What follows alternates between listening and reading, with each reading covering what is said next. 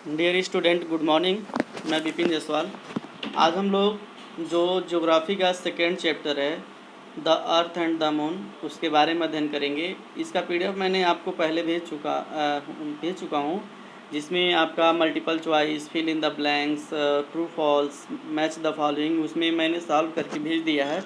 आप वहाँ से इसको नोट डाउन कर लीजिएगा। और आज हम लोग जो डिस्कस करेंगे वह मुख्य रूप से क्वेश्चन आंसर के बारे में करेंगे। एक्सरसाइज का जो क्वेश्चन आंसर हैं उसके बारे में करेंगे, ठीक है। चलिए हम लोग स्टार्ट करते हैं। तो क्वेश्चन नंबर फर्स्ट है, why is the earth also known as the blue planet. Why मतलब क्यों, इज़ द अर्थ मतलब पृथ्वी, आल्सो नोन मतलब जाना जाता है, एज द ब्लू प्लेनेट मतलब नीला ग्रह। हम पृथ्वी को, एक तो हमारा पृथ्वी हमारे सौरमंडल में जो 8 इस समय है प्रेजेंट टाइम में जो हमारे प्लैनेट्स हैं, उसमें एक हमारा अर्थ है, और अर्थ को हम लोग एक ब्लू प्लैनेट्स के नाम से भी जानते हैं, नीला ग्रह के नाम से। तो आखिर में नीला ग्रह हम पृथ्वी को क्यों कहते हैं, पृथ्वी के किन विशेषताओं के कारण नीला ग्रह कहते हैं, और अन्य ग्रहों को क्यों नहीं नीला ग्रह कहते हैं। तो पृथ्वी को नीला ग्रह क्यों कहते हैं उसके बारे में हमको अध्ययन करना है। तो आंसर है कि 3/4 part of the earth is covered with the water. जो हमारा पृथ्वी का 3/4 भाग है, अर्थात लगभग 70%, कितना परसेंट, 70% जो पार्ट्स है वह किससे बना हुआ है, हमारे पृथ्वी का जल से है। हमारे पृथ्वी का लगभग 70% भाग पे क्या है, जल है। So earth seems blue from the sky. अगर हम आसमान में जाएं और वहाँ से अपने अर्थ को देखें, अपने पृथ्वी को देखें, तो हमारा आसमान कैसा दिखाई देगा, वह दिखाएगा ब्लू कलर का, ठीक है। So the earth is called blue planet. इसलिए हम अपने पृथ्वी को किसके नाम से जानते हैं, ब्लू प्लेनेट के नाम से जानते हैं, ठीक है। अब तो आप समझ गए होंगे कि पृथ्वी को ब्लू प्लेनेट के नाम से क्यों जानते हैं, क्योंकि हमारा जो पृथ्वी का लगभग 70% और 3/4 भाग, या तो इसको अगर इसमें फ्रैक्शन में देखा जाए तो लगभग 3/4 भाग, और अगर ऐसे परसेंटेज में देखा जाए तो 70% जो भाग है वो लगभग जल से ढका हुआ है पृथ्वी का।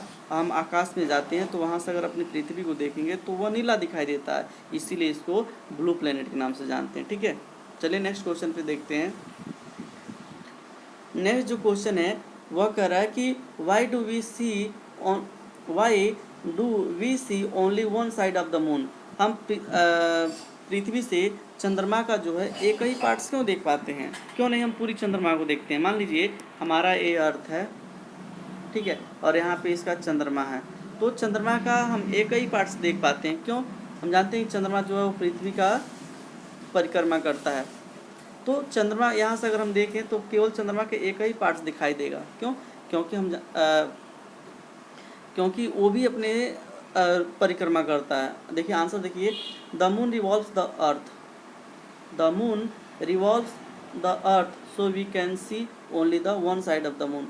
जो चंद्रमा होता है वो पृथ्वी के क्या करता है, परिक्रमा करता है, और हम जब कभी भी देखते हैं तो केवल मान लीजिए यहाँ पे है तो यही इसका पोर्शन दिखाई देगा ना। मान लीजिए यहाँ पे चंद्रमा आ गया और यहाँ देख केवल यही इसका पोर्शन दिखाई देगा, इसका पूरा जो पार्ट्स है वो नहीं दिखाई देता है। इसी कारण, क्यों, क्योंकि ये भी क्या करता है, पृथ्वी का परिक्रमा करता है, ठीक है।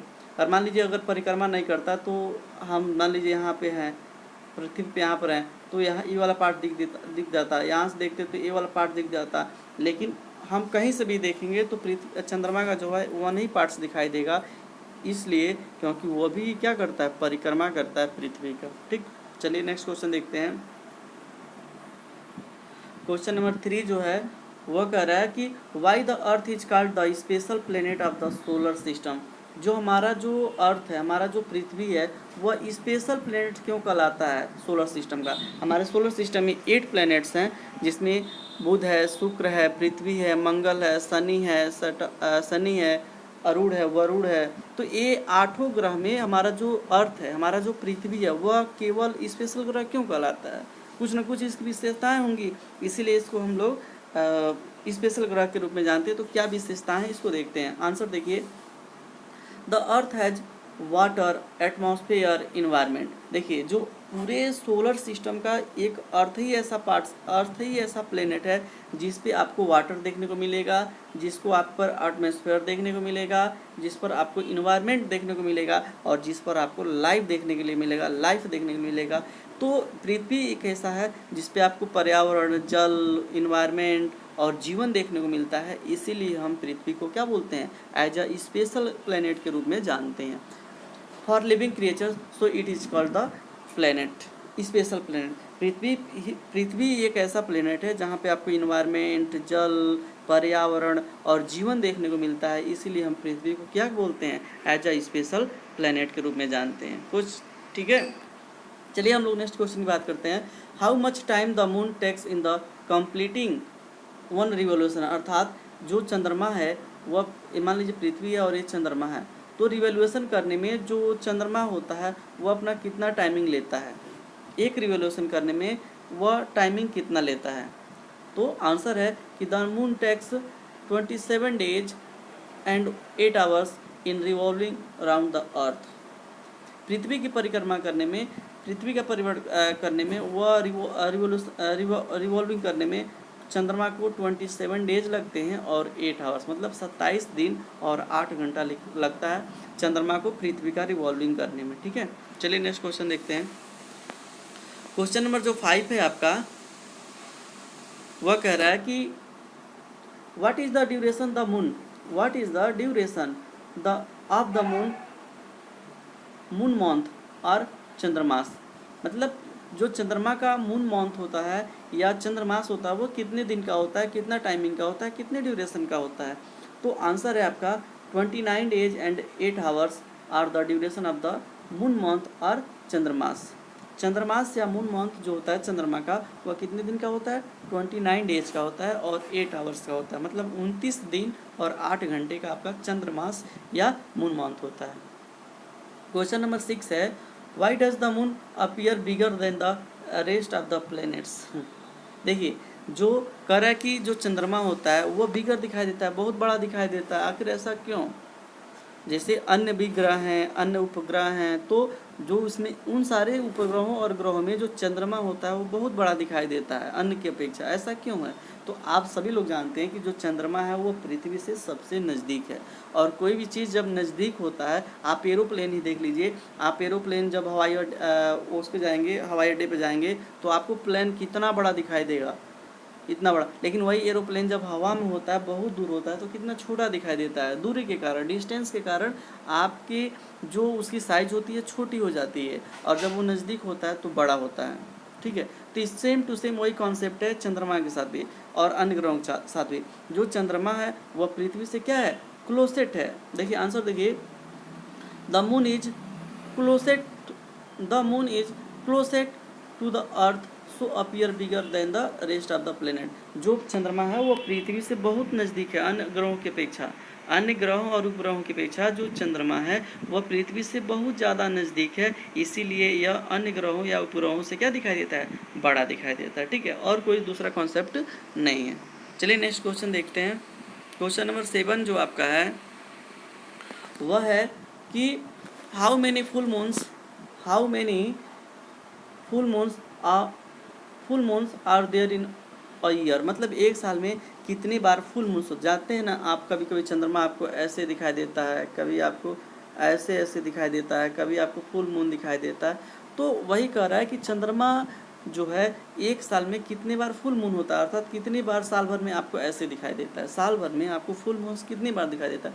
तो वह आपका है आंसर 13। कि there are 13 full moons in a year. आपको साल में 13 फुल मून्स क्या करते हैं, दिखाई देते हैं। मतलब टोटल आपको 13 बार आपको फुल मून दिखाई देते हैं। 13 full moons in the there are 13 full moons in a year. मतलब एक साल में आपको 13 मून्स फुल दिखाई देते हैं। क्वेश्चन नंबर 8 है कि how solar and lunar eclipse take place. Solar and lunar मतलब सूर्य ग्रहण।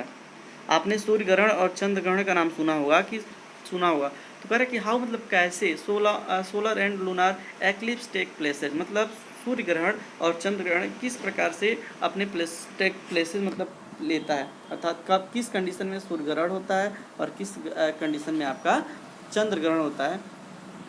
तो चलिए देखिए, सोलर एक्लिप्स मतलब सूर्य ग्रहण कब लगता है, तो किस स्थिति में। देखिए सूर्य ग्रहण 3 चीज़ों में होता है, चाहे सूर्य ग्रहण हो चाहे चंद्र ग्रहण हो, वह पृथ्वी चंद्रमा और अर्थ, पृथ्वी चंद्रमा और सन, इसी तीनों के कारण लगता है।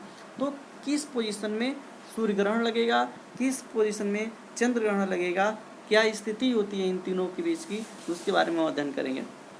चलिए हम लोग सोलर एक्लिप्स के बारे में पढ़ते हैं, मतलब सूर्य ग्रहण। When moon comes in the between the earth and the sun, the solar eclipse take place। देखिए आप सभी लोग जानते हैं, और नहीं जानते तो जान लीजिए कि ये आपका सन है, ठीक, ऐसे आपका विभिन्न प्रकार का ग्रह पृथ्वी है, ठीक, इसी पृथ्वी के ग्रह पे मान लीजिए पृथ्वी है, इसी के चारों तरफ क्या है, चंद्रमा भी करता है। तो सूर्य ग्रहण कब लगेगा? सूर्य ग्रहण तब लगता है जब ये सन हो गया, ये पृथ्वी हो गया, और ये किसका कक्षा है, चंद्रमा का। ये सन है, ये अर्थ है, और ये आपका चंद्रमा का कक्ष है।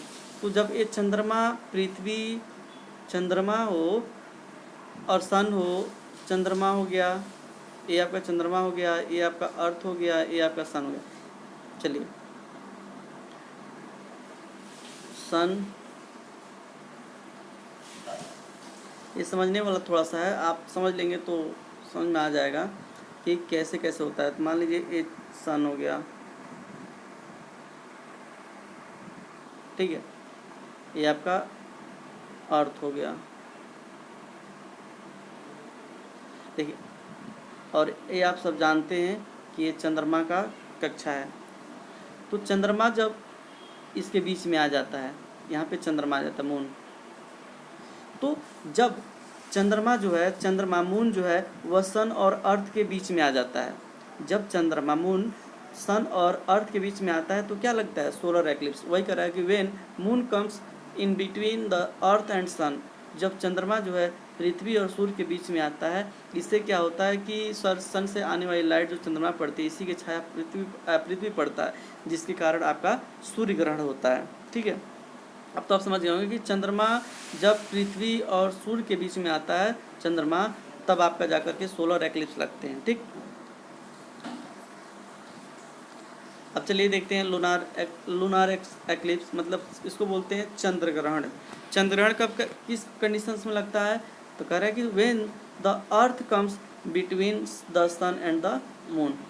जैसे अब अर्थ आ जाएगा बीच में, जैसे ये मान लीजिए सन है,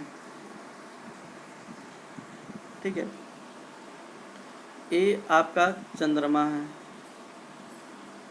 और जब इसमें कौन आ जाएगा, अर्थ आ जाएगा, अर्थ। जब चंद्रमा पृथ्वी जो है वह सन और चंद्रमा के बीच में आ जाएगा, सन और चंद्रमा के बीच में जब पृथ्वी आ जाता है तो उस समय क्या लगता है, लूनार एक्लिप्स लगता है, चंद्र ग्रहण लगता है, ठीक है। चलिए नेक्स्ट क्वेश्चन देखते हैं, question number 9, how tides take place. How मतलब कैसे, टाइड्स मतलब जो ज्वार भाटा, आप जानते हैं ज्वार भाटा का नाम तो सुने होंगे, ज्वार भाटा का नाम कितने लोग नहीं सुने होंगे, सभी लोग सुने होंगे ज्वार भाटा, जो जल में तरंगे उठती हैं उसी को हम लोग ज्वार भाटा के नाम से जानते हैं। तो कह रहे हाउ टाइड्स टेक प्लेस, मतलब कैसे ये जो टाइड्स होते हैं, ज्वार भाटाएं होती हैं, वो अपना प्लेस लेती हैं, मतलब कैसे घटित होता है। तो आंसर है rise and fall of water due to gravitational forces of the sun and the moon is known as tides. देखिए जो ग्रेविटेशनल फोर्सेज होता है सन और मून का, उसी के कारण जो आपका जो जल का स्तर होता है वो कभी ऊपर उठ जाता है, जिसको हाई टाइड्स बोलते हैं, वो जल का नीचे का विभाग क्या होता है, नीचे आ जाता है, इसको लो टाइड्स बोलते हैं। जब ये ऊपर उठता है तो हाई टाइड्स, और जब नीचे आता है तो इसको लो टाइड्स बोलते हैं। तो ये किसके कारण होता है, gravitational forces of sun and moon के कारण होता है। जल का स्तर उठना, जल का स्तर नीचे गिरना कि क्या कहलाता है, टाइड्स कहलाते हैं, ठीक है। चलिए नेक्स्ट क्वेश्चन देखते हैं। अब जो नेक्स्ट क्वेश्चन है वह कर रहा है डिस्टिंग्विश बिटवीन करना है, मतलब डिस्टिंग्विश मतलब अंतर करना है, जो आपको दो टॉपिक दिया हुआ है उसमें अंतर करना है। तो planet and solar, planet and stars, planet मतलब क्या होता है ग्रह, स्टार्स मतलब तारे, इन दोनों के बीच में आपको डिफरेंस करना है कि क्या डिफरेंसेज होता है। तो देख लीजिए प्लेनेट के बारे में देख लीजिए कि a very large round object in the space that moves around the sun और अनदर स्टार्स।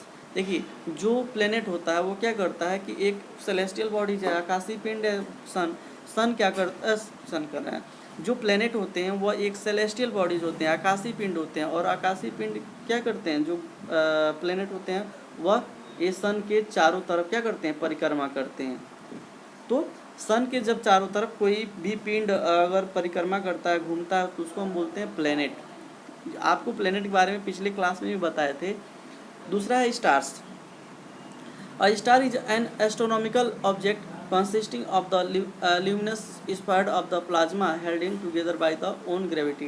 देखिए जो स्टार्स होता है वह एक प्रकार का एस्ट्रोनॉमिकल ऑब्जेक्ट होता है, मतलब खगोलीय पिंड होता है जो स्फेरॉइड मतलब स्फेरॉइड ऑफ प्लाज्मा मतलब प्लाज्मा से निर्मित होता है, विभिन्न प्रकार के गैसेस से मिल करके प्लाज्मा कंडीशंस में रहता है। सो सन भी आपका जो है वो एक स्टार है। नेक्स्ट जो क्वेश्चन है वह उसमें कह रहा है कि प्लेनेट एंड सैटेलाइट में अंतर करें। तो प्लेनेट के बारे में तभी हम आपको बता चुके हैं कि प्लेनेट एक सेलेस्टियल बॉडीज होता है जो सन की रिवॉल्विंग करता है या सन का रिवॉल्यूशन करता है, ठीक है। अब स्टार सैटेलाइट देख लीजिए। सैटेलाइट क्या होता है, satellite are the celestial bodies which revolve around the planet.